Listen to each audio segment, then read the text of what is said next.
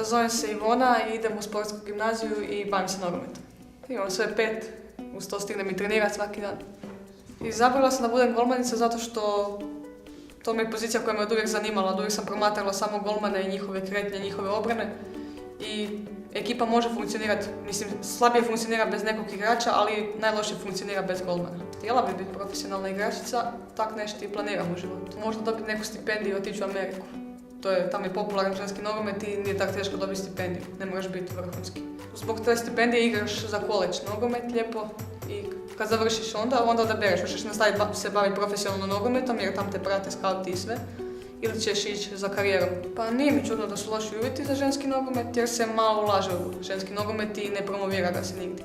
Ja nikad nisam čula za ženski nogomet dok nisam upoznala gospodina Koreju, nikad prije ga niko nije ni spomenuo ni ništa.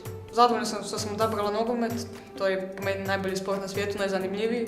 Dobro je u klubu, družimo se, ekipa smo, pobjeđujemo sad u zadnje vrijeme. Vole izlaziti, vole igrati nogomet, većina. To je nekakav standard i ništa. Vole se družiti.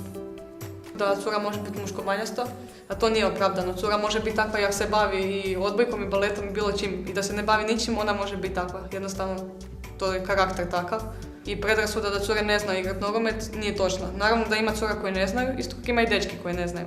Ali ima cura koje mogu igrati s dečkima bez problema.